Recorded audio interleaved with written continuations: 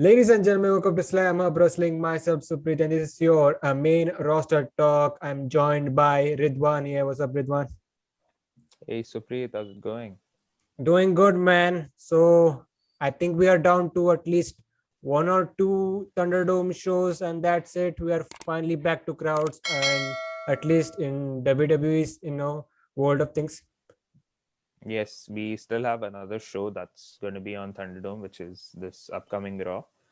And yeah, then we are done with the Thunderdome completely, and we are back to full crowds again from the next week's SmackDown, which is 16th of July. So that's going to be the first SmackDown show and the first show overall in WWE with live crowds.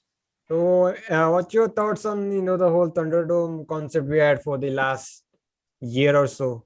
Like, it was good for the performers. I will agree on that. But as a viewer at seeing through our TV screens, it was kind of annoying most times. Um, For the most part, I feel it was something different, something a bit creative from WWE side because of the situation that was there persisting for the past year, and obviously you wouldn't have live crowds as a result.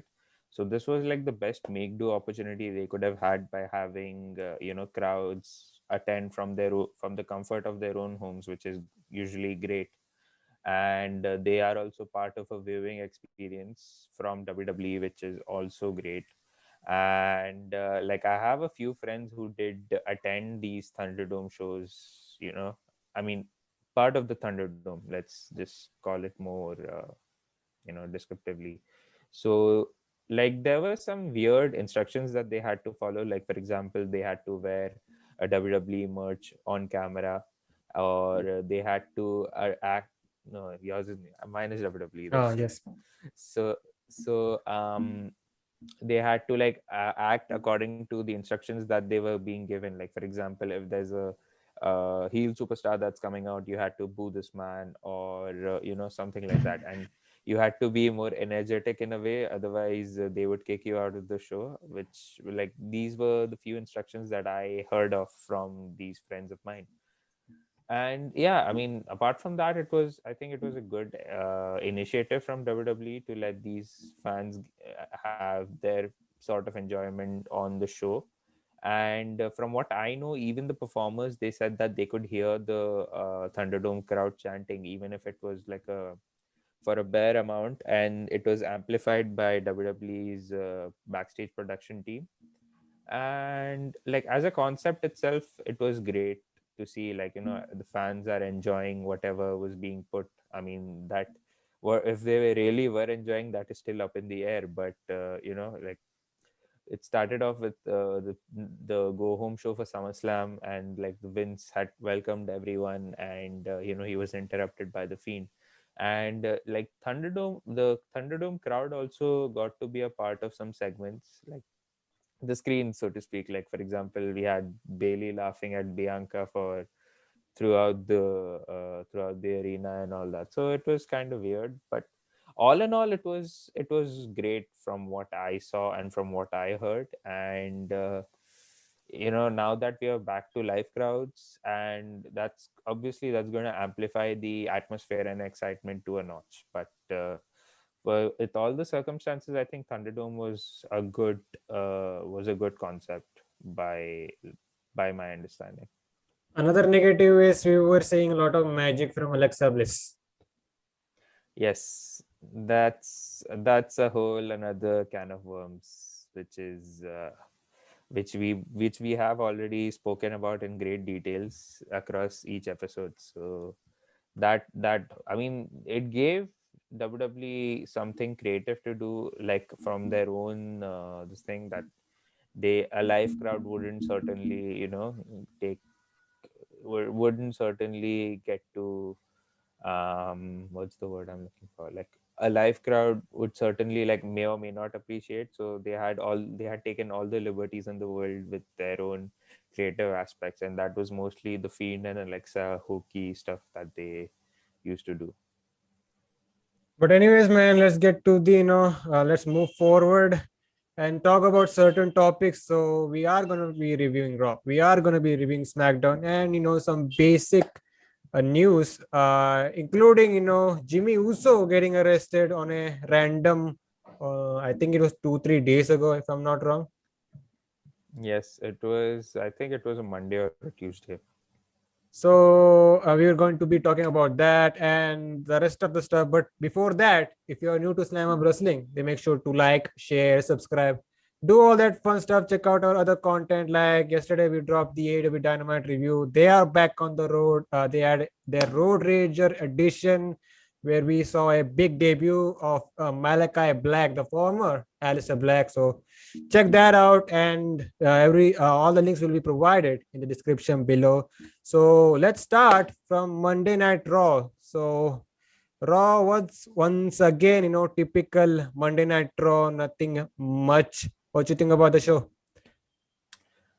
The show in itself was a step back from the previous 2 3 weeks, which was like we were seeing a good amount of improvement in terms of quality. But this week was like kind of an show.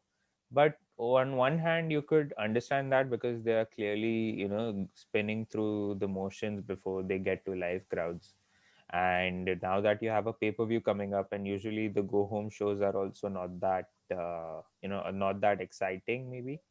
But all in all, I think it was like, if I were to rate it on a 5 scale, I would give it probably a 1.5 or a 2.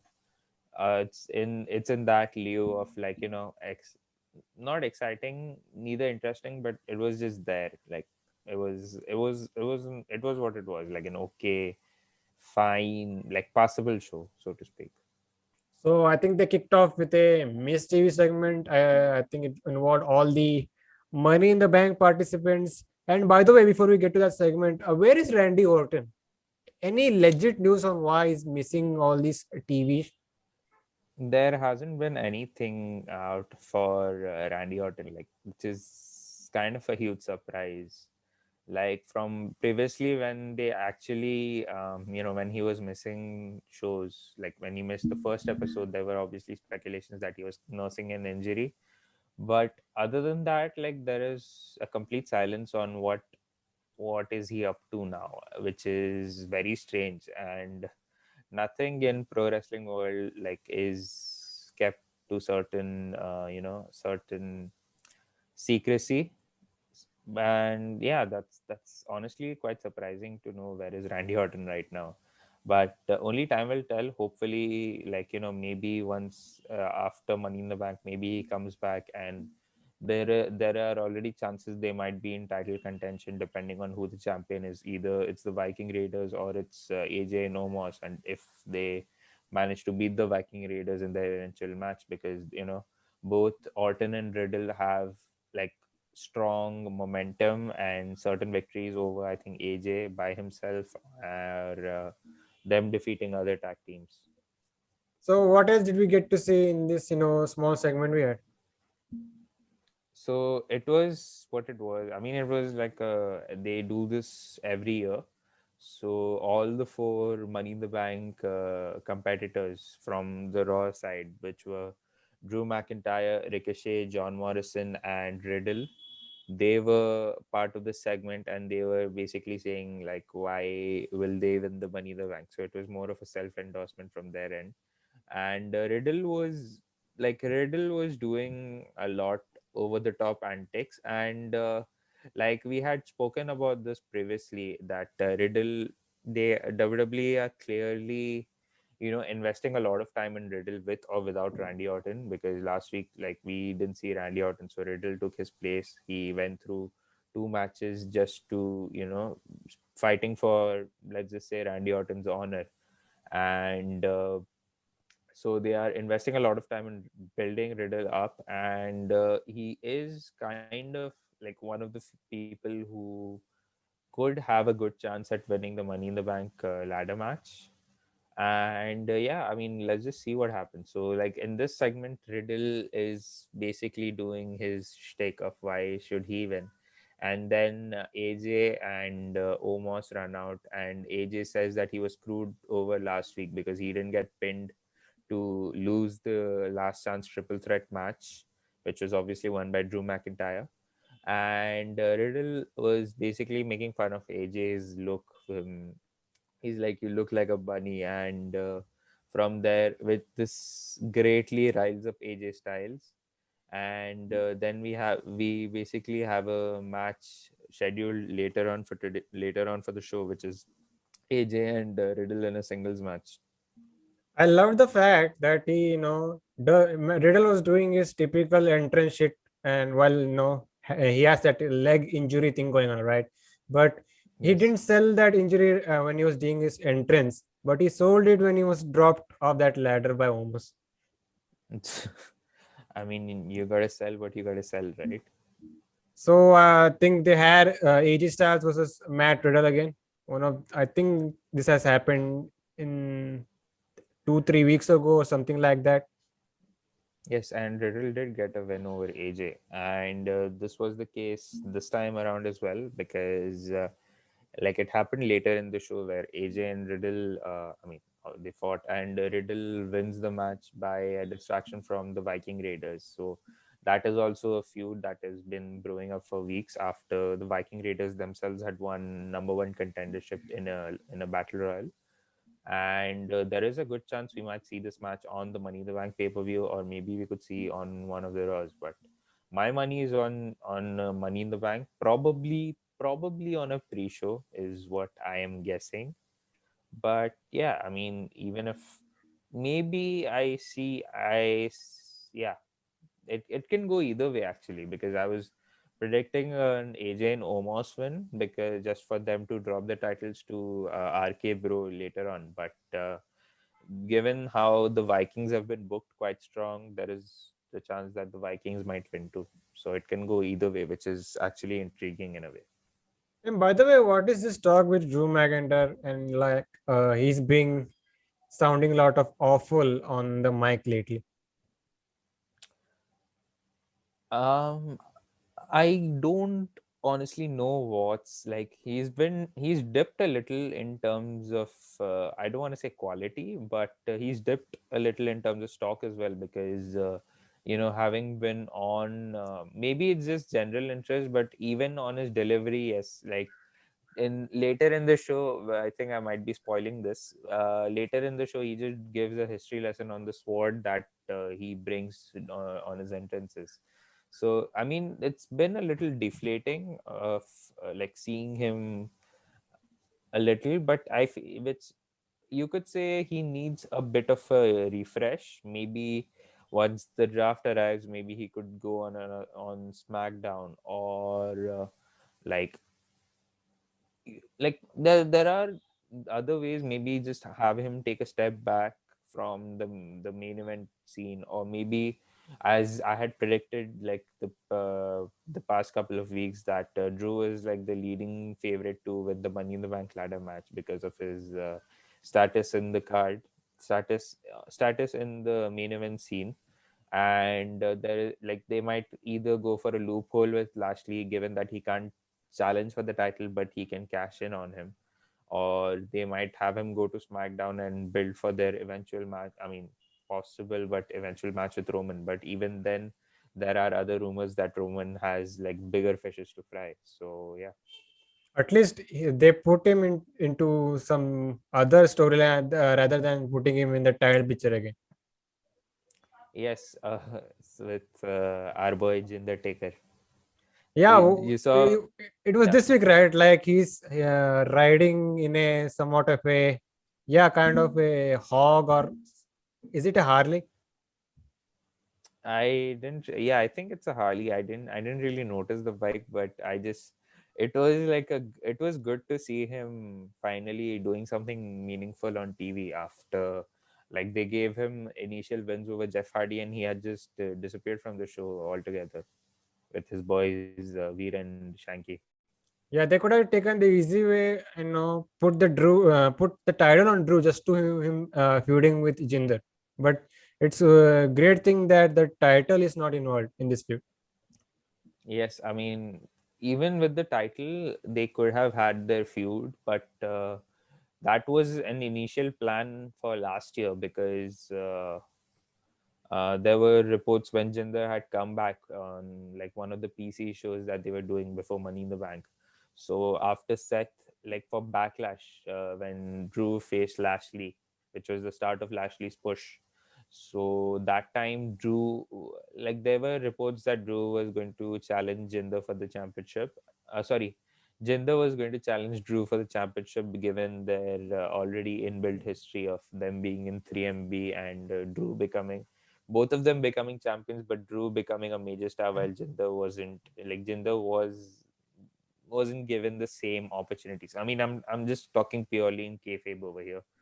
So that there was a story in itself, and they were going to do that, but unfortunately, Jinder got injured again on his knee after that one match, and he was out for the rest of the year The again. problem now is now they are fighting over a sword. I mean, yeah, you have to have some prop in the feud if you're Bruce Pritchard. So you could see like that's one of the things you want to build some interest on. But I mean, the story is already there. Why do you want to overcomplicate it? Anyways, man, let's see. It kind of takes Drew McIntyre out of the equation of him winning Money in the Bank. What Jinder? Now that you could say this is a high-profile feud now, so he can't. Yeah, you get my point. He's now in a big feud, so kind of takes away his chances of winning the actual Money in the Bank briefcase. But I do see him winning the entire charade because, like I mentioned, he is the biggest high profile name in the match. And like if it was Randy Orton instead of Drew, then the chances would have been even for everyone. But it's Drew who's come off a title feud with Bobby Lashley, and has been in the main event scene for a good maybe 15 to 16 months, you could say, like stretching from previous year's WrestleMania to the this past Hell in a Cell pay-per-view. So he's been a constant presence in the title picture, and there was literally no one else who was challenging, whether it was Drew as a champion or Drew as a challenger. So that's why, like, he is like, and like in the if you notice, like, for the previous few years, like barring previous year, it was Otis, which was a complete surprise, and it worked to an extent. But before that, you had like the two Money in the Bank title winners, Money in the Bank briefcase winners were Brock Lesnar and Braun Strowman, who were already in the main event picture, to begin with, and they didn't need the briefcase in the first place. So I personally am dreading to see that happen if Drew wins the Money in the Bank briefcase. And I personally like Drew McIntyre, but I don't want to see him win everything and then have the fans turn on him, which they kind of have to for the past few months. I think we have a logical guy to win the Money in the Bank. So we're gonna get to that when we get to the SmackDown, review. But let's talk about this thing going on with Ali and Mansoor. Like, what's the story here? Like, they have been, kind of teasing this student, teacher type of relation. Ali is giving some hard advice to, Mansoor. So what's going on here? So Ali and Mansoor, like you mentioned, they have been having like they have had more backstage segments than matches, and given that both of these guys look very similar, you could do the Spider-Man meme on each other. So so that's that, and like they have a tiny bit of history with each other, stretching back to the Super Showdown pay-per-view in 2019, where both Ali and Mansoor were part of the 50-man battle royal, and Ali was one of the final few competitors, and Mansoor ended up winning the whole charade. So I don't like historical significance or not. If you don't want to include in the story, that's fine. But yeah, this story basically comes about Ali, who's been through hell on the main roster anyway, which is very legit. And Mansoor, who is like a new kid on the block, and Ali is trying to straighten him, saying that don't trust anyone, follow my lead, be my friend, and all that, and I'll help you. And Mansoor been like somewhat puzzled over the weeks because I mean, obviously, like in the kayfabe standpoint, he's still new or he's trying to figure out what's going on. And so they had a match. Ali has been constantly like thinking Mansoor is a dumb new kid and he wants to teach him a lesson. So this match happened. It was somewhat decent and like it was a normal TV match, like just to progress the story that they had. And Ali picks up the win via roll up, and there you go. That's your story for another day, probably. Like, how do they progress this later on? We'll see. But I think that this is going to result in a tag team, which hopefully turns Ali face and gives him something to do, because he's someone who is severely underutilized on Raw. And in my honesty, like no bias included, he should be in the title picture, be it the US title picture or probably even the WWE title picture, because Raw is still in dire need of top baby faces, and Ali could be one of those people if you just build him correctly and invest some time in his character and give him more wins, which yeah, you can. So speaking about the US title picture, I think we got something. Is it next week that they have announced a US title picture, match against Humberto and Sheamus? Yes, so Sheamus, uh, I'm not sure if he has actually defended his title. Maybe he might have done once or twice in his run since winning the title from at WrestleMania. Now it has been 3 months, and he hasn't done much. And unfortunately, either that's due to stupid booking or that's because of his recent nasal injury.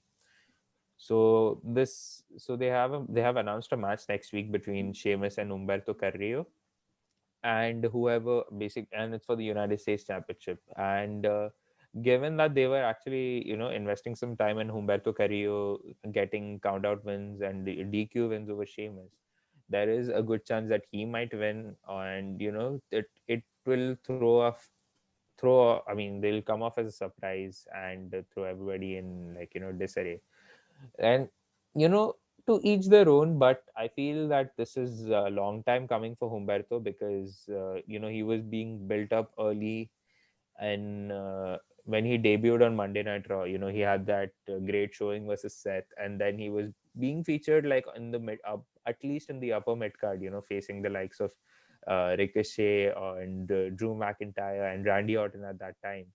And he's irrespective of his booking and general fan interest, he still has been a constant presence on the in the mid card. He was aiding Rey Mysterio. I mean, he was facing Andrade for the US Championship at one point, like even though they spammed it like for a few months.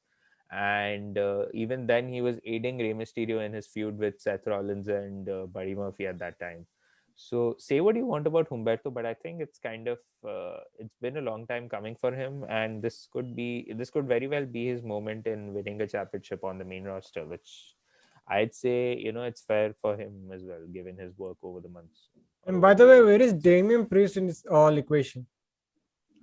Um, Only one spot, catering. He's back to Probably, catering again.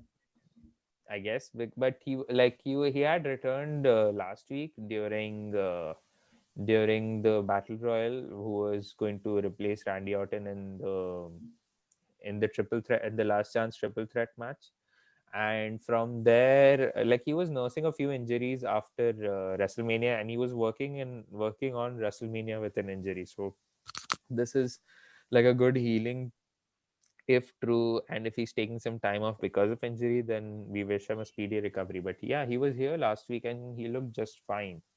But like apart from that, like we're not sure where he is at the moment. And yeah, maybe he's in catering, or if he's in nursing his previous injuries. So speedy recovery So either you way. just said, that Humberto, is been a constant presence on TV. So did you know the other guy who has been a constant, who used to be a constant presence on TV? So I'm talking about Cedric Ye- Alexander. So what role he had to yes. play, in this week's Monday Night Raw? So Cedric was he was part of a tag team. So Elias and Jackson Ryker are feuding over the, like, who is, it's like Elias and Jackson. I mean, I was looking for a term, but I failed miserably at that. So Elias and Jackson, like, they were a team and they split up. Obviously, Elias turning heel on Jackson, and they've made Jackson Ryker a babyface. And we've moaned about this for like few weeks, that he's like the least likable babyface, given all the circumstances, and no one's going to cheer for him. And like, when the light of crowds returns, they're going to boo the shit out of him. So the last week, Elias and Jackson wrestled in a strap match, doing one over AEW over there. So Jackson wins the match, and they are still continuing the feud. And this week they had a tag team match with R-Truth and Jackson Ryker on the babyfaces side versus Elias and Cedric Alexander on the heel side. So the baby faces win, even though R-Truth, goes leaves Jackson Ryker high and dry, and to protect his 24/7 championship. So Jackson wins it on his own, which is like a good, strong, and like strong establishment of his alignment, as well as making him look like a badass. Fair play to that, but I'm still not cheering for Jackson Ryker. And and by the way, the 24/7 stick has ran its course. Burn that title, man. Just burn it. It has ran its course, like, like a year ago, and from there, like, it's been continuing, and it's been the same shtick for 2 years now, because it's just R-Truth and his title, and that's basically R-Truth's character as well. And fair play to R-Truth to actually make it mean something a little, because it's his title, and he's the one protecting with all his might, from from everyone on the roster. So fair play to R-Truth on that, but it's not working for me anymore, and it's like it's beyond stale, this championship, whatever its role is. But did you see this tweet by Big Swole regarding Jackson Ryker pinning Cedric Alexander? I did not. Could you please lead me on that? So when this happened, Big Swole, you know that Big Swole is a big mouth on Twitter. So she didn't Yes, hold she's back a big here. mouth on TV as well, so That's a gimmick. That's the typically the Big Swole gimmick. But back to this tweet, she said, "Brother, don't nobody want to see shit like that." And she also added that all of us are watching Cedric get pinned. Hear this by Little Hogan. that was a little hilarious. Little Hogan on what calling Jackson Riker, but I mean, you could see where she's coming from, but it's WWE. I mean, it's WWE booking, and you don't know, like, most of the stuff they do, and especially in this case, was quite tone deaf. Anyway, so But there you go. let's talk about we had I think a 6-woman tag match. There was or I think it was a 8-woman if I'm not wrong. 8 women tag. It was an 8 women tag match. So it was Nia Jax, Shayna Baszler, Eva Marie, and Doudrop, Piper Niven. Piper Niven. So they were facing Alexa Bliss, Nikki Ash, Asuka, and Naomi. Yeah. So I think the baby faces lost here. So what happened here? So I mean, it was a clusterfuck of a match. I mean, it was okay in parts given the talent involved, and like, there was still, like, they were addressing the tense situations between the heels, which is Naya and Shayna having disputes by themselves, Eva and Piper Niven having disputes by themselves, and both of these units, both these teams by themselves having disputes with Naya and Shayna. So that was the whole story of this match. And like, the baby faces tried their best. There's like the supernatural Alexa Bliss and almost a superhero Nikki Cross. So that's her gimmick now. And Asuka and Naomi. So yeah, like they were trying to scare these people. So there was one very hilarious moment where I think it was it was Eva Marie. She's just trying to showboat to the crowd, saying like, "Yeah, I'm the greatest wrestler alive." And then there is Alexa Bliss just carrying her, and then she just tags out to, I think it was Doudrop. That was like a hilarious moment. But other than that, I mean, it was an okay match, and I'm surprised they let the heels win, because the four people who are, and I don't really want to call Alexa Bliss a babyface. I'm not sure if she is or she isn't. And like, they needed more momentum heading into the Money in the Bank match, which all of these four baby faces are involved, and I'm surprised they let the heels win in this case. Let me tell you, the lineup for the women's Money in the Bank completely sucks. I mean, you're including the SmackDown aspect of it too. Yeah, they got their own problems, but even Yeah. they put in the effort having this woman qualify, but still this lineup sucks. You could say that. I mean, yeah, it feels a little shallow based on the previous year's Money in the Bank matches. Like, women's Money in the Bank matches, except for the first one, has constantly delivered, given the level of excitement and the action that they provide. But yeah, this year's feels a little underwhelming. But like we've always said, that when it's always best to not expect much from a pay-per-view or a match in WWE, because that's when they always try to exceed your expectations and knock it out of the park, which I hope and I feel, or let's just say I feel and I hope in this case, because like, you don't really see the excitement, but they'll deliver in some form or the other. But anyways, but let's talk about this random tag match. I feel Lucha House Party versus Mace and T-Bar. So what's the thing going on here? So I am not really watching main events, which, so I know it's very ignorant of me to do, but again, like, I'm a working individual, I don't really get the time. Like who So watches this main match, event, man? I don't know, I'm just trying to be nice here. Anyways, so what so happened here? So this match, I mean, this was a feud that was happening for like a few weeks on Raw.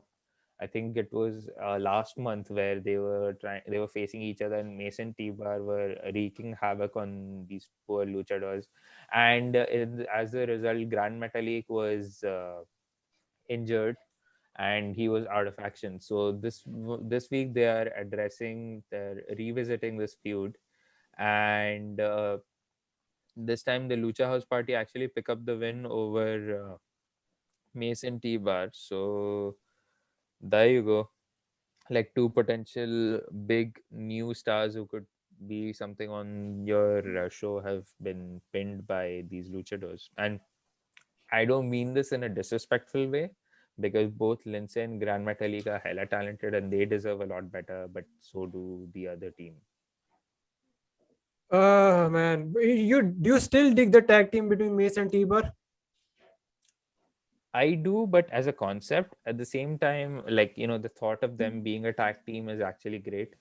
But the being in retribution and like coming out of that has done like some, I don't want to say irreparable, but it has done some a great amount of damage to any character progression or any mystique that they would have had. But if you, I mean, I don't want to sound like a fucking smark about this, that this name sucks, and it does suck to greater length. But if you just book them right, and have them just be themselves, instead of being given fancy names or like such stupid bollocks, just let them be themselves, and book them properly. And like, this thing of Mason T-Bar as a team, with this name can work, but just give them some wins, build them strong, and just have them win the tag title. And at this point, the tag titles are also meaningless, so you could just give them the title and no one would flinch an eye. I miss Dominic Dijakovic, man. Me too, man. Like, his greatest run in NXT were his matches with, of course, it was with Keith Lee, and they were actually trying, like, they initially, when after WrestleMania 35, when he was full time on TV, so they were giving him few wins, and they were trying to establish like a far right character with him. And then you remember that promo, Velveteen Dream cut on Dijak, where he was trying to give like the national anthem, but in his own lyrics. So he was sitting on the couch and he was just telling Dijak that you suck, basically. And that then the character was certainly I mean, it was taken off TV, and then Dijak suffered an injury. But after a few months, when he returned, he returned as a babyface, aiding Keith Lee, Ciampa, and Riddle in the War Games match with Undisputed Era. But then Riddle was taken out of the match to face Finn Balor, and then we had Kevin Owens. So that was like a great run, and of course you have his classic matches with Keith Lee on NXT, and we don't even know where Keith Lee is right now. Uh, I by the way, I also miss Velveteen Dream, man. But poor guy got cancelled. He got cancelled in a huge way to his own antics. And did you see his statement after getting released, or addressing these allegations 1 year after it happening? Yeah, it's kind of stupid. In a huge way. But enough of the dream, man. But there was one thing going on between Charlotte Flair and Rhea Ripley. So, by the way, Charlotte was about to do her big announcement this week, right? Yes, So, how it did it was lead to just both women being coming on crutches? Give me so the context during the first initial part, say. So basically, Charlotte was, she was coming to the ring, and like she was basically trying to, address the attacks from Rhea last week. And Rhea had basically, they had a 6 women tag with Rhea, Mandy, and Dana, facing Charlotte, Natalia, and Tamina, which the heels win, but Rhea just beats the bejesus out of Charlotte after the match. And then Charlotte Flair comes out addressing the attack, so she's on crutches. Obviously she's faking the injury, and she is like, I have to miss Money in the Bank because of my injury, and I don't think I'll be able to challenge Rhea for the title. And then Rhea ups the ante on Charlotte, and she comes on crutches by herself, trying to mock Charlotte. Like, she knows she's faking it, which was kind of I love the funny. fact that she still did her entrance. Rhea, right? which Yeah. which uh, kind of reminds me of that one time in NXT where she yeah, her I know her what you're referring to. her only job was do come in, do a run in and chase of the heel, something like that. But no, she Yeah, had to it was do her Charlotte. whole entrance and stick, which made her look like complete goof. So it kind of reminded me of that initial part. But you go on with what were you uh, let us know about this segment that we are talking about. And ironically, like the segment that you mentioned, that is against Charlotte Flair as well. I don't remember. Yeah, it was Bianca Belair. So Charlotte was attacking Bianca Belair, like, Ah, just yes, beating yes, her up. yes, yes. And then Rhea just, this is my brutality, and she's the NXT Women's Champion, and she's a Raw Women's Champion now. So, like, this is like a great callback. And Charlotte's just beating the pulp out of Bianca Belair in the ring, and Rhea just comes hard, and then goes for a run in. I But mean, I it think it was was against Shayna Baszler, if I'm not. what? No, what the stamp and like the run Yeah, in? yeah, No, it yeah. was against it was Charlotte Flair itself. This Mm, was before the pandemic hit, and they were building towards Charlotte and Rhea for WrestleMania. mm, okay, It but was I let's continue with this ongoing crutch deal we had. Yeah. So this crutch thing. So Rhea, obviously, she's she knows that Charlotte's clearly faking it, which was, I don't want to say it was smart, but it was good for, like, a baby face getting one up over a heel. And there was this very symbolic moment of us Gen Z people. So, like, people of our age group, and where Rhea is on crutches, and her name graphic appears at the the 1/3 of the left side of the screen, and some person on Twitter, he just photoshopped the entire screen grab of Ria's graphic, and he just put one part like she's 24 years old and she's coming on crutches, which is like an accurate representation of us Gen Z people. So basically, Rhea is, like I mentioned, she's just doing one up over Charlotte, and then they just get into a crutch fight, and that's the entire segment. That's your basic feud. No, Yes. nothing much. Like I would rather be invested in a Bayley Bianca feud, but this is it's just going on and on at this point. Yes, we'll get to that in great detail once we get to SmackDown. But I think the last part is regarding the main title picture. So I think they had New Day facing Lashley and MVP this week.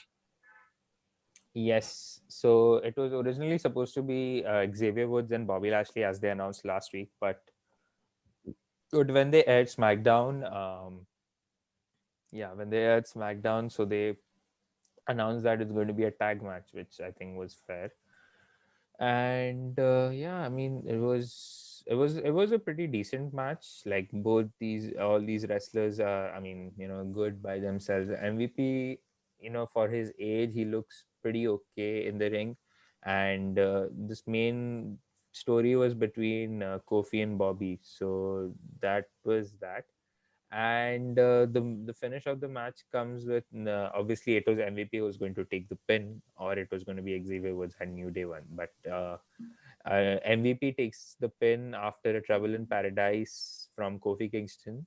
And it's like a good continuation of last week, where both MVP and Kofi had a segment where MVP was trying to play mind games with Kofi, planting doubt in his mind whether he could beat Bobby Lashley. But Kofi also ups the ante by saying that, I've always been the same for all these years, and I have been grinding, pushing through my way. And they also address the fact when Kofi, how destructively he lost his WWE championship.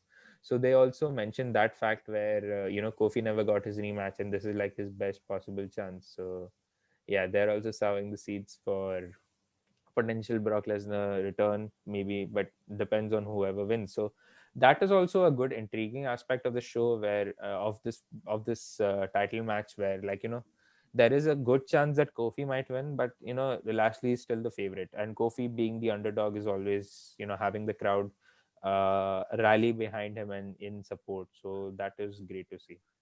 I think we have to kind of appreciate them, trying to make these storylines intriguing regarding both title pictures.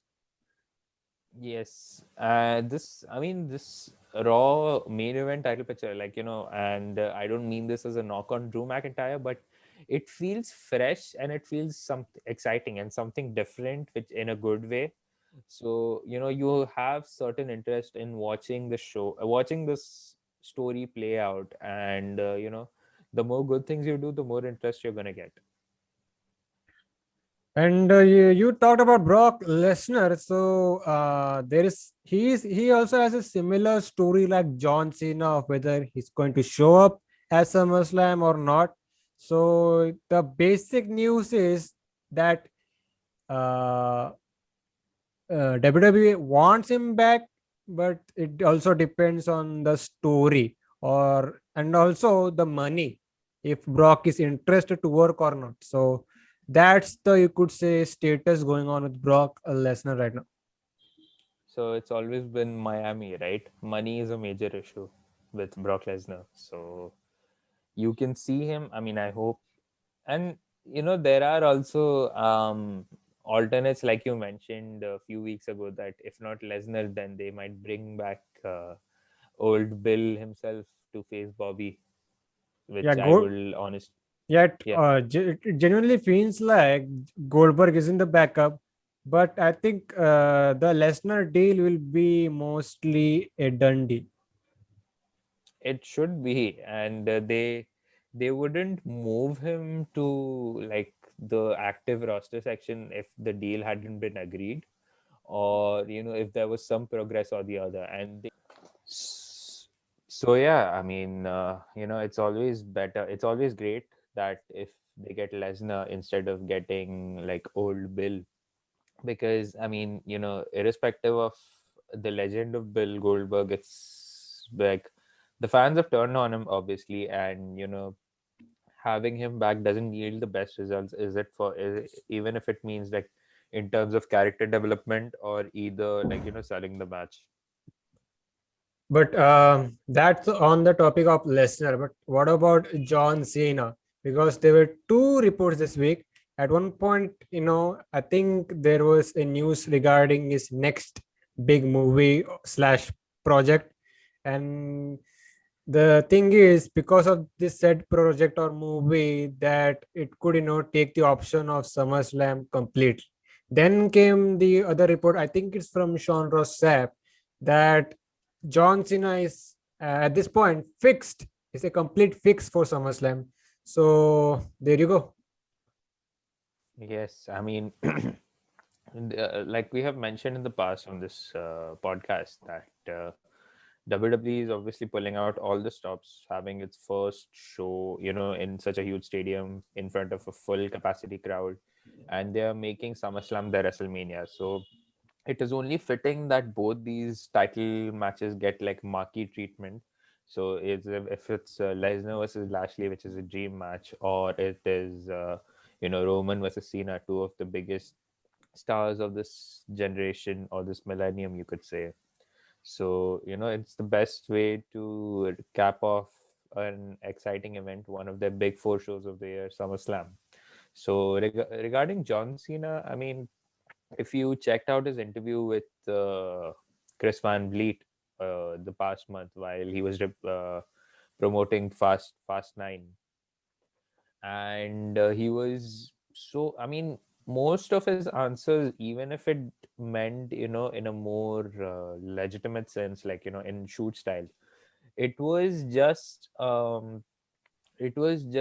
he was talking about Roman Reigns throughout the interview, like whenever it meant to wrestling, and he did state that he wants to come back home to WWE. So it's going to be like it was a matter of when instead of an if. So having John Cena come back, and like we had this reports that he is out filming a movie during SummerSlam, and then Sean Ross Sapp confirmed that Cena versus Roman is locked, which hopefully clears all doubts. And I think it's going to be like when Cena returns, it would be a bit of a short change if like next week's SmackDown is going to be go home for Money in the Bank, and since it's the first show, like how AEW did with debuting Malachi Black in front of like a touring live capacity crowd.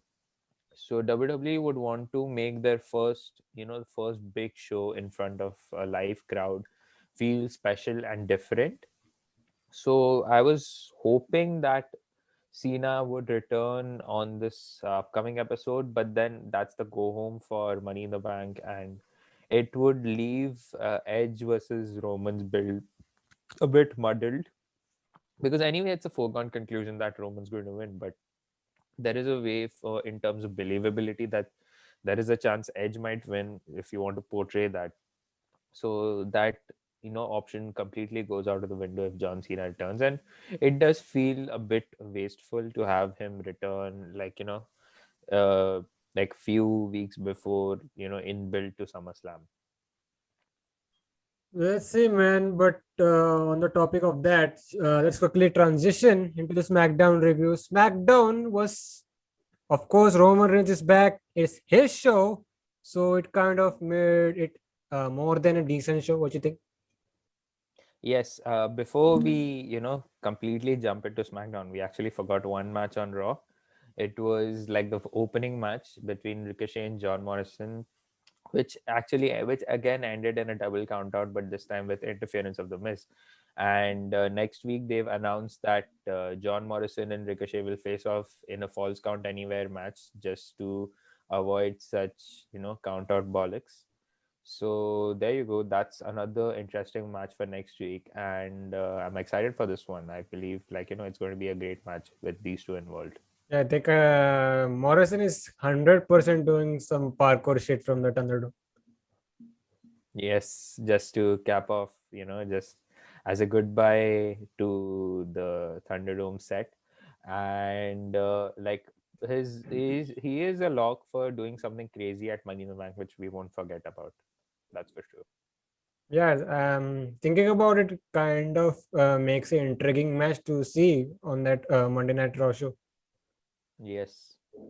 But that's Raw, man. So we were talking about SmackDown. So shall we get to the news part of the stuff before we talk about the eventual storylines? Yes. So it was Jimmy Uso. He once again got caught, you could say. It's kind of a drink and drive deal. This is the second or third time, I don't know, but yeah, man, it's fourth. Are you mentioning just Jimmy Uso or the entire Uso? No, I think it's Jimmy Uso alone.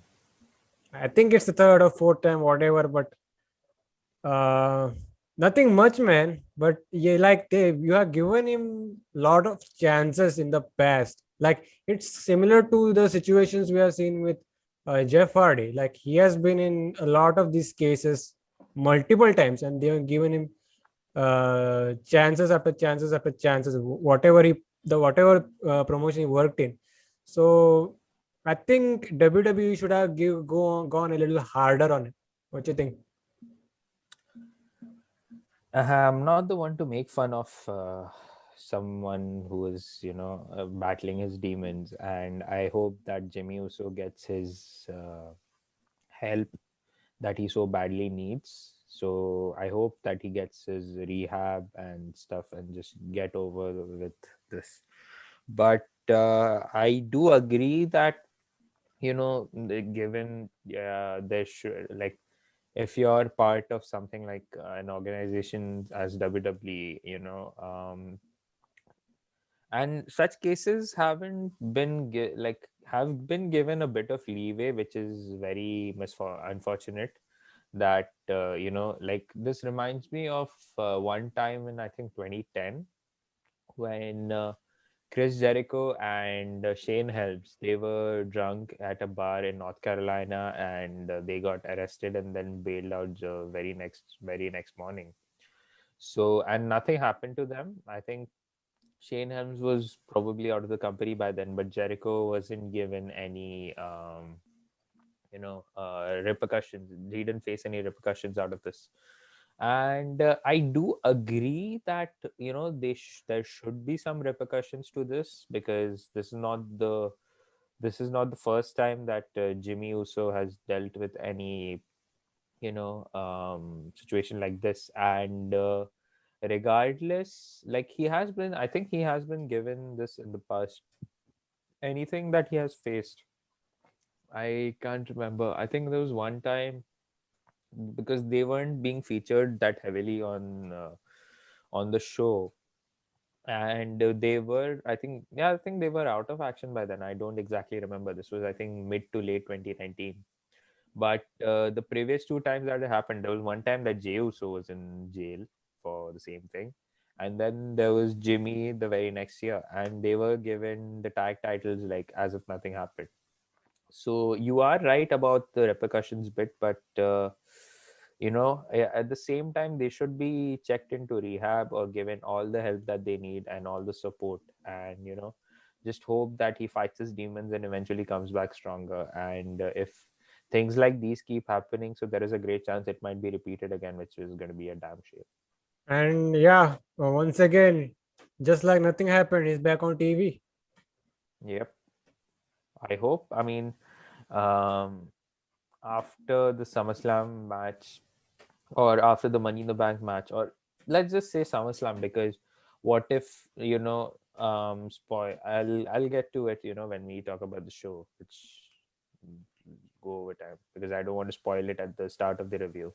But Let's carry on. yes, let's get into the storyline itself. So this week's angle was that Roman Reigns is back. Then we had the also return of Jey Uso. So I think the thing is that Jey Uso wanted to be the peacemaker here. Wants there to be somewhat of a, could say, wants the family back together, the bloodline back together. So they kind of had a hug off in the opening parts of SmackDown this week, and you could see that Roman Reigns had a little smirk on his face while he was hugging both the Usos. So there's that. And sticking to this angle, so the main event segment was Edge calling out Roman Reigns. Roman Reigns did show up. He told the Usos to stay out of this thing. He wants to handle business by his own. He did. Roman Reigns came out, but the Usos, they kind of felt that it was kind of somewhat of a trap. So they decided to show up. Roman Reigns was kind of pissed that they did. So Roman Reigns decided to confront Edge. So they had a little brawl.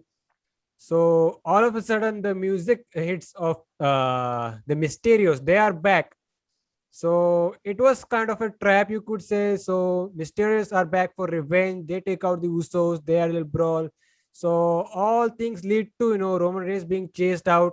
So at the end, he decided not to save the Usos because the Usos were being beaten down by Edge and the Mysterios.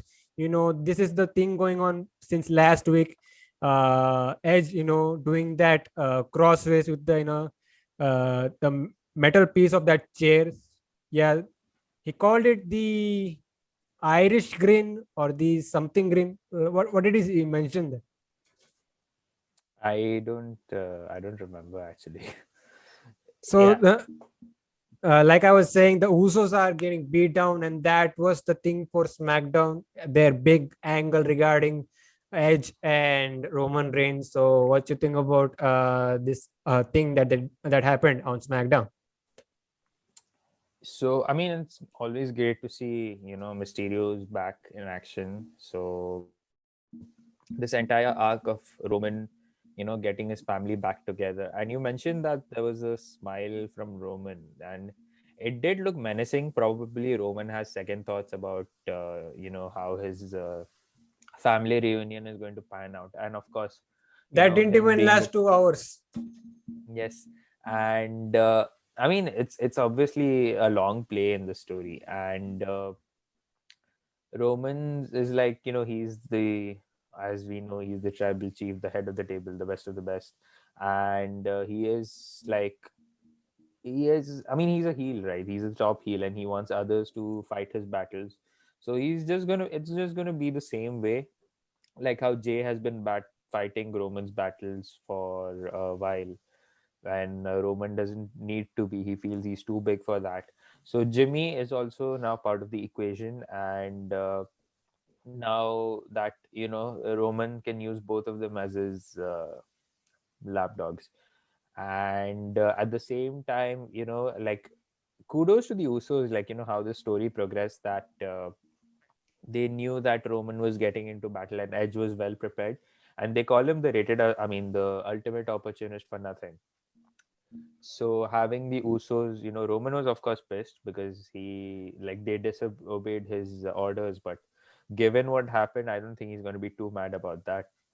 But it's what I was getting to, like at the start of this review of SmackDown, that with Jimmy not missing too much after his recent incident, and given the Mysterios are now back, so this is definitely a match that is going to take place either on Money in the Bank or maybe on SummerSlam.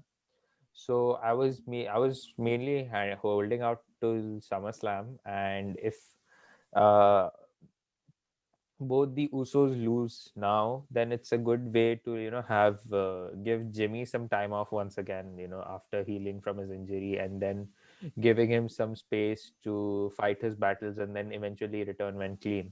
So I hope that is because this is going to be like, they even teased it earlier during the storyline where when Jimmy returned and he was quite defiant of Roman Reigns as being following his orders. and then like they had the match, and then obviously like there was a dusty finish for that match, and which leaves open a window for another rematch. So this is probably the rematch that is going to happen way sooner. I mean, like I said, I was hoping till SummerSlam, but yeah, that's a match that is definitely going to happen. And regardless, I hope the Usos lose for shoot reasons, for the betterment of Jimmy. And we also have to wonder if Jimmy Uso is going to be is just playing around in terms of the storyline. Could you explain that a little? Like I meant, like if Roman Reigns is just playing around, making this bloodline Yes. reunion. I wonder if Uh, one of the Usos, at least Jimmy Uso, is also thinking the same way. or probably Jay, because he walked out on both of them, and probably like he has been part of the story for almost a year now. Probably like we'll complete a year by next month. And then like what I was saying, yeah. So that was obviously like some part of a long build that they'll date to the time Roman returned for SummerSlam, and then from where we got there. So hopefully that's also something that they have in mind, and part of the long ploy for have to have Roman gain Jay's trust, and then Jay again beats back, turn on both the Usos, eventually turn on Roman, which is eventually going to happen. But I hope they stretch that out as well a little. So at this point, this storyline is it's going decently as of now. Like I Yes. mentioned at one point, like the thing with the Usos, you keep it a long-term deal while you keep feeding Roman this marquee matches. You got Edge, you got The Rock, possibly maybe, and the eventual John Cena match. Yes. And it's always like the story is, it's a slow burn in any way you look at it, but the eventual payoff is going to be sweet no matter when it happens. So yeah, I'm looking forward to that. But let's talk about one of the qualifying matches from the SmackDown side. We had Baron Corbin versus King Shinsuke Nakamura again. So I think this is their 8th or 10th or maybe 5th. I don't know what exactly number is set of rematches.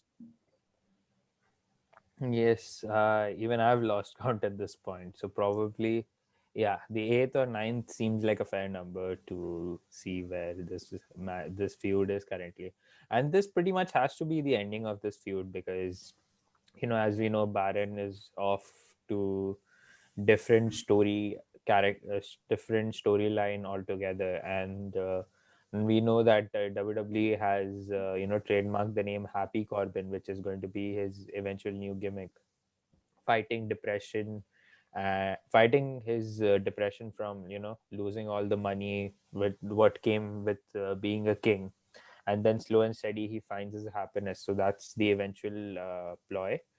But yeah, this has to be the end of his feud with Shinsuke. And now that Shinsuke is also off to, I think I might have spoiled the result already. But yeah, you can continue. Yeah, so the thing is going on, like you said, the whole Happy Corbin thing going around. Like they are trying their best to make this guy a sympathetic baby face, which we will get to know by the time next week comes around, because we're going to have live crowds back. So let's see. But in this match, Corbin loses again, and during this match we had Big E and Pat McAfee. Actually, Big E actually invited Pat McAfee to join in his VIP type of couch, and they were actually they're doing something else. I actually don't remember. So, I mean, this has been kind of Biggie's shtick whenever he's on commentary. He's always has this VIP couch, even from his time at the New Day. And, ever since becoming Intercontinental Champion, like when he was in a feud with Apollo. So, yeah. So, when he was in a feud with Apollo, So he used to just lie down on the couch with his Intercontinental Championship around him. And this time, like Pat McAfee, he's always been one of the most entertaining parts of SmackDown, and he joins Biggie on the like in foot massage as a foot spa that's going on, Yes, and that's he's commentating the match on his live microphone while Michael Cole calls the action. I love how Pat McAfee has just turned on Baron Corbin. Yes, I mean, yeah, he's like when he debuted on SmackDown, everyone was expecting him to be the heel commentator in virtue of his run on NXT as manager of, as he was leading the stable with Pete Dunne, Oni Lockin, and Danny Burch. And from there, he's just like, he's just neutral. He's not even a heel, neither a babyface, but he sees what is right and then he cheers. So it's hilarious every time, whatever he does, like, 2 weeks ago he was doing the Stone Cold thing with the water, and last week he was just sitting on Michael Cole's head, like literally sitting on Michael Cole's head while Nakamura was doing his entrance. So it's hilarious whatever he does and gets away with. And of course, he's been one of the most entertaining parts of SmackDown every single week. So, like I said, Corbin loses again. And by the way, they were constant back to back to back, Pat McAfee, talking about Corbin's hairline. And there was one point where he was, where Corbin was having this backstage segment, promo segment. And, they how they transition from that segment to the commentator team, where Michael Cole and McAfee are talking. So he mentioned that hairline, comment again, and Michael Cole almost lost it, man. Yeah, shout out to Michael Cole. Like every single week, he goes through a lot of shit, be it from Pat, be it from Bayley, be it from Corey Graves every single time. And the way he just manages to keep his cool every single time is like, a sight to behold. But this time was hilarious. Like, you could see him cracking. And what is your favorite com- what is your favorite moment where a commentary team completely loses themselves? You asking me about my favorite commentary team moment? Yes, when like whatever happens leads to them completely losing themselves.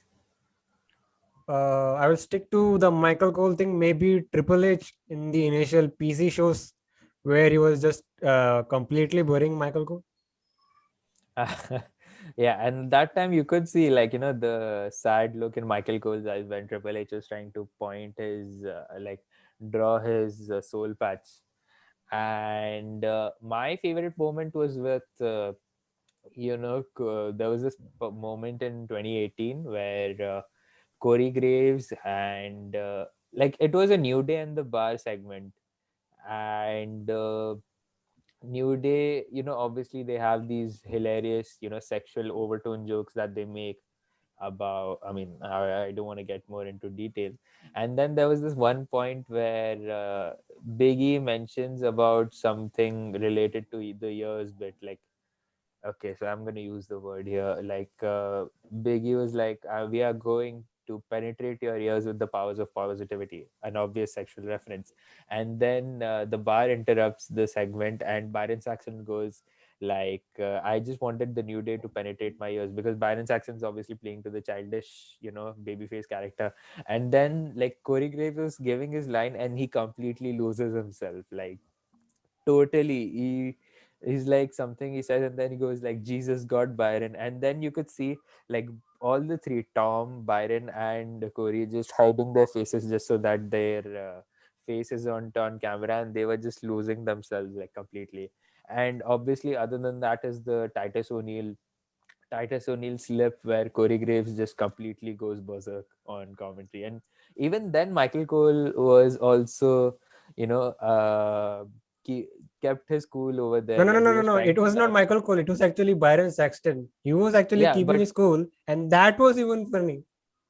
yeah, even Michael Cole, like, he was trying to play it out straight, but he was clearly laughing. But Corey Graves was dead. He couldn't stop laughing at that time.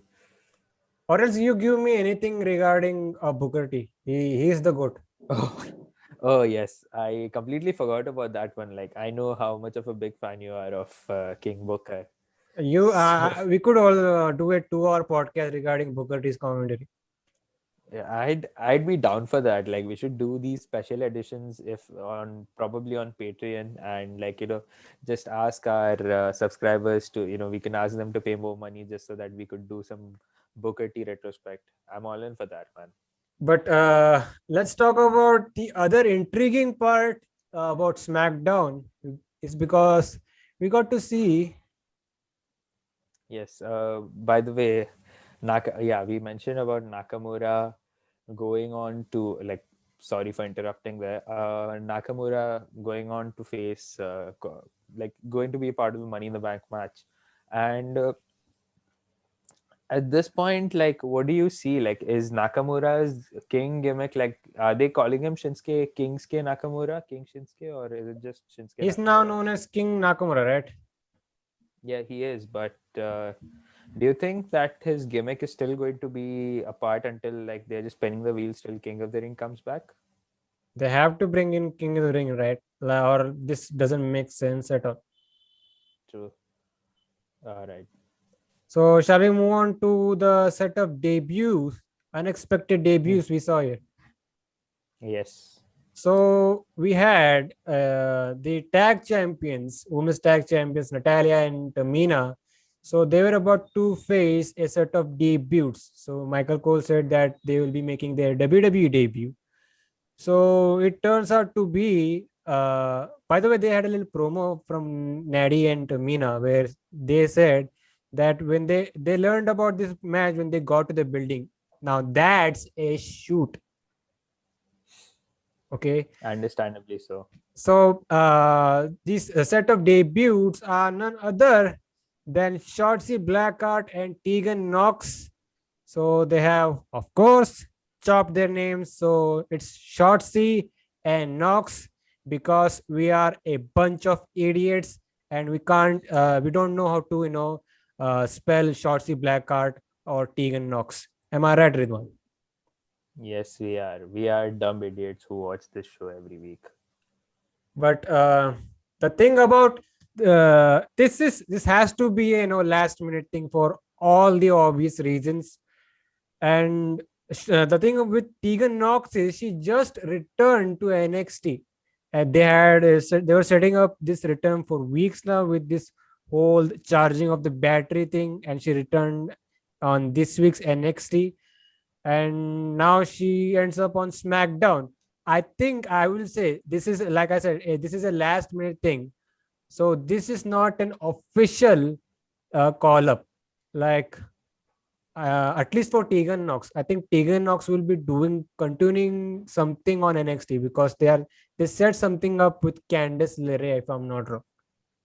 Yes, but but at the same time, when was the last time there was something going on simultaneously on NXT and WWE without, without hurting any outside, without any outside factors being involved, and NXT continuing its own story? Because if you remember back to 2019, after the draft, and we had the War Raiders, that is Hanson and Rowe. They debut on Raw as part of the draft with as part of Superstar Shakeup. Let's just call it what it is. And they had their names changed from the team name being War Raiders to the Viking Experience, and they were Buried given on that the spot. Buried on buried the spot. totally. And their names was also changed to Ivar and Eric, which was Hansen was Ivar and Rowe was Eric.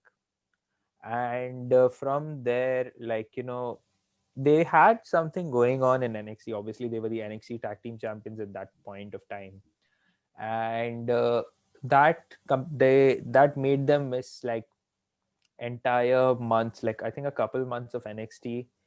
And from there, like, they had to eventually drop their titles to Street Profits, but not in any form. Like, they just had to vacate their titles, and They had another ladder match on NXT Takeover 25 to determine the new NXT Tag Team Champions. So I mean, the obvious reason was, of course, they were called up to the main roster, which also did seem last minute. And despite all of that, like, that really hurt any character progression that they were having, because they just came off a very great match with Ricochet and Aleister Black on the New York. takeover New York, yes. So that did hurt any, story that they were going to do from that match. And I think the last time that what I was referring to, like, without any outside hindrance, has an NXT story continuously progressed, was maybe Kevin Owens in 2016, Yeah. where sorry, 2015, when he debuted on the main roster, but he was also doing his stories with Sami Zayn and Finn Balor. So that didn't, like, no outside factors could hurt that. So I'm not sure what the deal is, because it has happened more often than not that, anything main roster related has completely buried any ongoing storylines, and they were like, nah, we just want to have that guy and we want to put it on our show. Your story, your character arcs be damned. So I think that's the case. That's the same feeling that I have with Tegan Knox debuting on SmackDown. But I personally hope that this her appearance on SmackDown is a one-off, and it doesn't hurt any progression that they had teased with Candice LeRae, and, like, an eventual match and a story. And like you mentioned, that they chopped their names, so Tegan Knox is just Knox, and I hope that also doesn't result in her NXT name being shortened too. Like she'll still continue with NXT, like get rid of that story, and then she could be a official part of SmackDown. Shotzi Blackheart is an official call up, because I think she was one of those NXT talents that was being, scouted, or was, being considered to be called up. Yes, and she was having, these set of dark matches before Raw and SmackDown, like last week. And there is another name that we'll eventually get to who was also involved. And if you notice, this past Monday Night Raw, Tegan Knox was also in a dark match on Raw. Like, that was a dark match. So yeah, there you go. Probably they just saw these dark matches and had them on TV. That also may be another factor, but I'll just stick to what I've said. So let's talk about the match here. So it was actually intrigued, because these are a set of fresh faces. So they actually beat the tag champions. And while this match was going on, I was wondering, wouldn't it have been, a great idea if you just had, uh, a, a single tag titles for the women's, for all three brands? There was that until NXT decided to get the tag titles of their own, which, given the division at that time they had, which wasn't an entirely bad decision, but you don't need these many titles on the show. And the WWE Women's Tag Team titles don't get enough respect to begin with on the main roster. So having the NXT ladies fight for it, like, there was a reason, because there was a dusty finish for Naya and Shayna versus Dakota and Raquel. So they got their own tag titles. So that was like, like I mentioned, like, on one hand you could understand because of the women's tag roster that they had, but even that has gone shallow, which is which is quite sad. But at least we got some new, faces on that women's roster for SmackDown, because they desperately needed it. Yes, their roster had become, like, we keep mentioning that their SmackDown women's roster had become paper thin. Any new call up that they had brought up was eventually released. Like, you had Chelsea Green, you had Vanessa Bond, you had Santana Garrett, all of these three being released. In addition, you had Ruby Riot, who was on SmackDown. She got released. So again, they and you also reportedly have Mia Yim on the SmackDown roster, but she's nowhere to be found. So there you go. So only thing left to is to have that draft and have a great balance for both shows. Yes, like I'm looking forward to the draft. Obviously, it's one of my favorite things to watch out for, because it's like one of my favorite things to look out for every year in the WWE calendar year. And regardless what happens, what is the roster alignment and how are they going to balance it is something I'm looking forward to. And my intrigue is to see where do any of these NXT talent end up and how do they end up, because we are promised to see big changes on both these shows, on Raw and SmackDown. But if there are these large chunk of call-ups from the NXT women's division on either of Raw and SmackDown, then where does that leave the NXT women's division? The NXT roster will be fine even with this call-ups, and they also protected certain people they want to keep on the NXT roster. We also talked about that as well. Yes, we have, but I'm excited, and at the same time, I'm interested to know where can any of these talents end up. But the other big call up you could say, besides Tegan Knox and Shotzi Blackheart, is Tony Storm. She is also one of those person that was being scouted. She also had a dark match, just like the other two ladies, and they are trying to make a bigger deal from Tony Storm, like put her in that Rhea Ripley type of category. So yeah, she's a big name. There's a lot of potential there. Yes, and like someone like Tony Storm, she's been a star across the world. She's wrestled in various companies across, and she deserves such a hype with her talents and her work. So they're clearly making a big deal out of Tony Storm's eventual debut, which is great. But how do they play up to that? Once she debuts, remains to be seen. But I'm genuinely excited for Tony Storm, and she's also one of my favorite women's wrestlers today. And yeah, I mean, she has like the biggest star potential of the three, whoever made the jump from NXT to the main roster this week, this on the SmackDown episode. And they clearly have big plans for her by even after airing these vignettes. And only time will tell what do they end up doing with Tony Storm. But I'm excited as hell for this. But sticking to the women's, the big news came about that Bayley she has a knee injury, or did they describe what actually injury she's facing? Like WWE, when they announced on the social media that Bayley has suffered a freak injury, that is according to the sources, of course, and she will be out of action for 9 months, which is a huge amount of time. So the reason they did never mention what the reason was, like what injury had she gotten, but there was Bailey. She had a promo that she was blaming the fans for her injury of this Bailey move, and she was pointing to her knees, and her knees were in braces, like she was wearing a knee brace. So I mean, it's clear as day. If unless she had something else and she was trying to cover that up, it is a knee injury, and we wish Bailey a speedy recovery. We hope she returns back stronger whenever she does.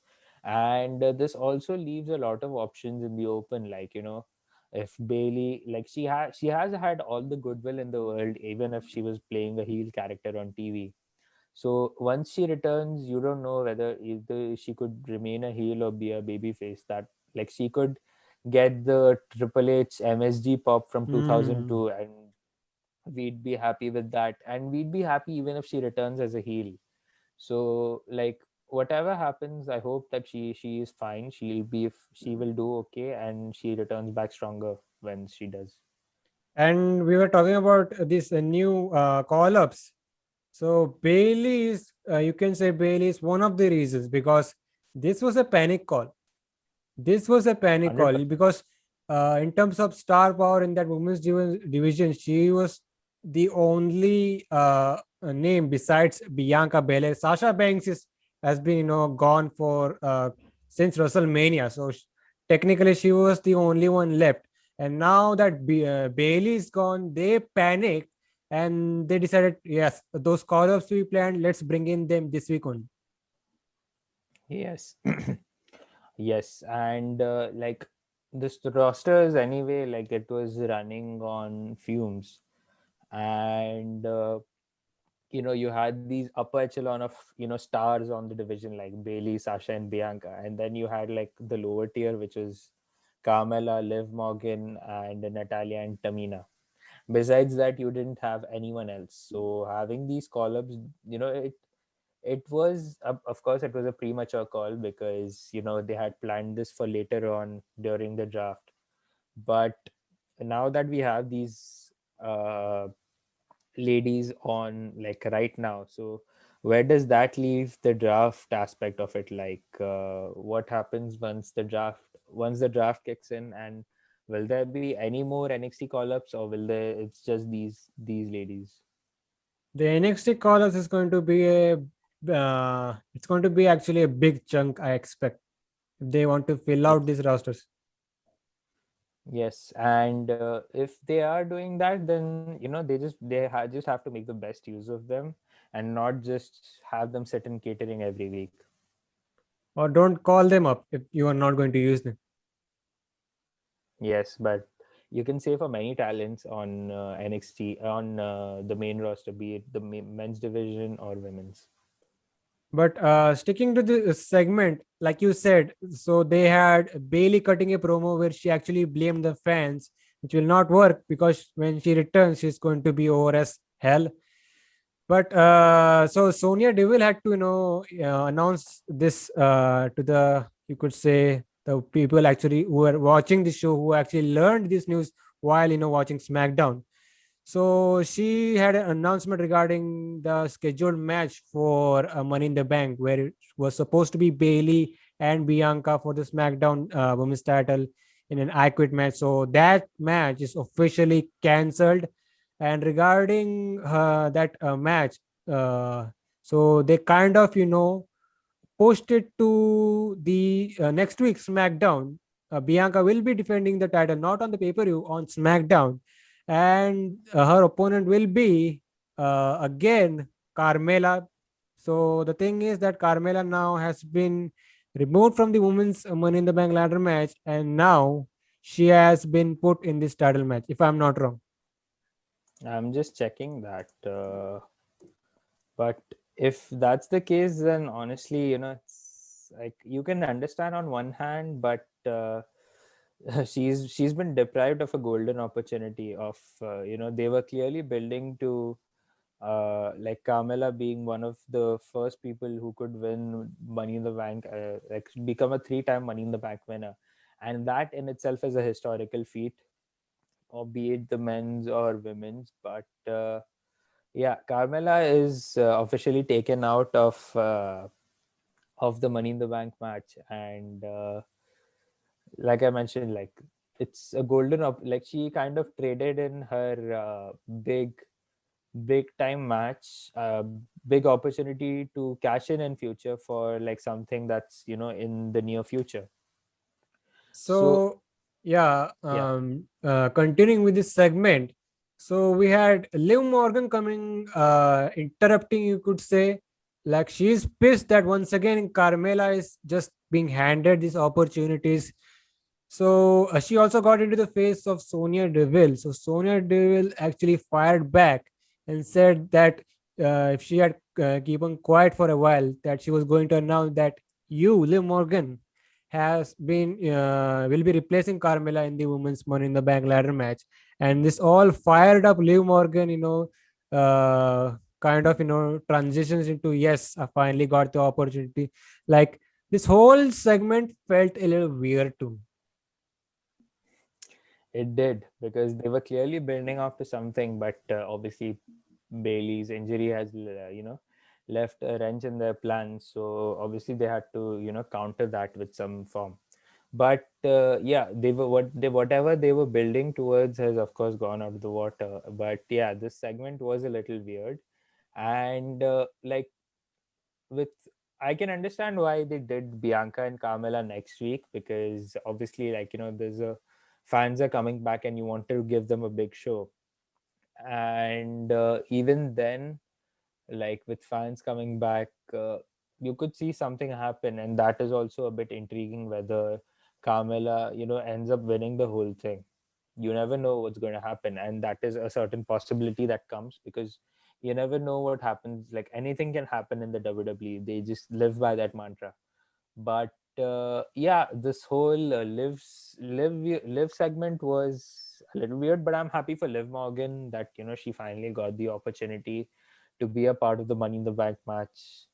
It's like, again, we didn't expect it to be this way, but they were going to, like, if even if Bailey's injury hadn't happened, they would have had another match where someone else would have qualified at her expense. But there you go. And there has been, I mean, obviously there has been continuous support for Liv Morgan, ever since, forever, for that matter, like ever since probably when she split up from Riot Squad and became a singles act, and the fans have been wanting her to get a meaningful opportunity, and this is her best shot that she could get up at winning something as meaningful as Money in the Bank. But who do you feel is the favorite now that Carmella is out of the picture and now you have Liv Morgan in?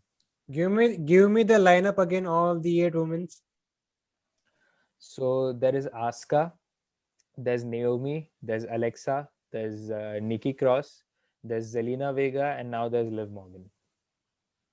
Uh, Liv Morgan or Zelina Vega. They could go Zelina Vega for that shock factor. I don't see her as a wrestler yet, because like they do need a lot of investment in her character, and build her up to be an actual legit threat to someone. But you could say, like, she could scheme her way, have someone fight her battles, and then become like similar to maybe how the shtick Eva Marie is doing. But have because she's a business, like she was a businesswoman while she was Andrade's manager, so you could have revisit that character as well. But I do understand, like, for the shock factor, similar to how Otis won the briefcase last year. So there is a possibility of Zelina winning, but let's see who the other two competitors are. Once we, Uh, like, we'll look at that next week mostly. let's see. You mentioned Otis, so they had a video package of him, just destroying the Street Profit members. So they also kind of had a backstage promo of him calling out. It was actually Chad Gable that they are calling out the entire SmackDown roster, and also mentioned some big names here. So that kind of gives away that these they want to once again put Otis in that singles act again. They have been building for that, like, for a while, even if it meant, like, Chad Gable was his manager, and obviously Otis is the bigger act of the two, and obviously they want to build him up, and they have been building him up as a monster, high by defeat, like, totally manhandling the Street Profits. And to be honest, I would like to see Otis in the IC title picture probably anytime soon. But given that Apollo is the champion, you could, like, a heel versus heel hasn't often worked. But let's see what they do. And there are clearly bigger plans for Otis, and how do they get to that, and how does he react to it? And like, I'm excited for Otis as a singles act, but again, like, I keep moaning about this every week. They should do more with Chad Gable.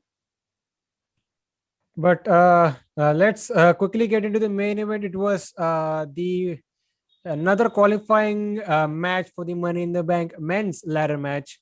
So this was Seth Rollins against Cesaro.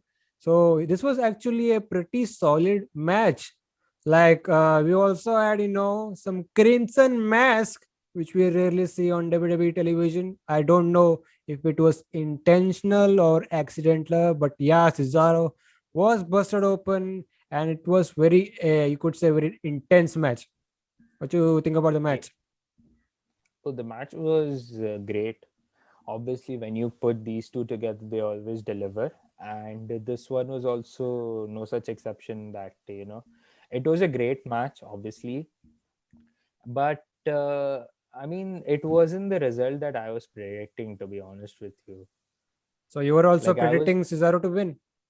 yeah, I was predicting Cesaro to win because obviously, like, there are they are obviously building up to Edge versus Seth Rollins for SummerSlam. They even had like double confrontations. There was one last week, and I think, yeah, there was one last week, and there was one this week as well. And obviously they are building up to that, and which I hope, like, Cesaro would have taken the advantage and had gone through. But with this loss, I'm actually scared for Cesaro. Like, oh, where does that leave him? Because he's not doing anything on the pay per view, and what is he? Oh, how are they going to progress his character from here? Is he going to be part of the main event picture? Is he going to be in the mid card scene, or how's it going to be like? I was also predicting Cesaro to win because he was getting pretty big victories, and now with this Seth Rollins win, they officially ended this thing with the rivalry between these two men. And I would say if Cesaro would have won, then we could have been a easy favorite to get the Money in the Bank. Exactly. And now that Seth Rollins has won, you know who's not going to win. But Uh, yeah, but so about Cesaro, Cesaro, you were speaking about Cesaro, so yes, he's not going back into the main event picture. That's for sure now. But that is you true. can continue the push by easily inserting him in the IC title picture. And he has to win because And he has to Apollo's reign win. has Yeah, also been Apollo's reign has been a complete dud as of now. I will give Apollo Cruz a pass because of the character work. Yes, like his character work has been brilliant. To like ever since introducing Commander Aziz, but like that has taken him a step back, and his IC title reign has been a bit meh. But other than that, like his character work by himself has been great, and he's been doing well since introducing it. But if you insert Cesaro in that and give capitalize, like, even if he has lost his feud with Seth, you can still capitalize on his momentum that he had over these months, and easily have him win the IC title and become the workhorse champion, defend the title every week, and make the IC title mean something by regularly featuring it on the show. Cesaro has all the potential in the world to make the IC title relevant. Yes, by and I The only thing he has to do is keep on giving us banger of matches. yes, but he has been giving such since like eternity, probably like ever since he's returned, in 2016 when he came back before the brand split. He has been giving countless world class, like countless amazing matches. He had that best of seven with Sheamus. He had then obviously that resulted in the Bar becoming a team. Then they had their tag feuds with the Hardys, Rollins and Ambrose, and obviously there's the New Day feud and the Usos. So every single time, like, and ever since even splitting up after that, he was a team with Nakamura, and after Nakamura, then he had matches with Bryan, Roman, and Seth. And every single time you have Cesaro in the ring, you know that he's going to deliver. And given the IC title, like you say, it's like the wrestler's wrestler, and Cesaro perfectly fits that description. So it only makes sense to give him the IC title and make it mean something. So this is like the best chance of them to, eventually capitalize, give Cesaro a singles title, and then make that have the IC title feature more regularly, and make it the most like the top prize on TV, even if not like in the grand scheme of things, but at least on TV. It's supposed to be the big title, and make it mean something. They kind of tried it with Daniel Bryan and AJ Styles last year. Yes, yes, and even then I think AJ got COVID, and because of that, and even Brian was off TV after losing to AJ Styles. So yeah, he was on paternity leave, right? So that, like, all the plans went dead in the water after that, and yeah. So this is the closest you're gonna get. Uh, the closest you're gonna get to make the IC title relevant is by having Cesaro in the picture. So yeah, that is Cesaro. He's going to be, that's the best choice for him. Go chase for the IC title. So Seth Rollins is in Money in the Bank. This, and with Seth Rollins being added, this lineup is really great.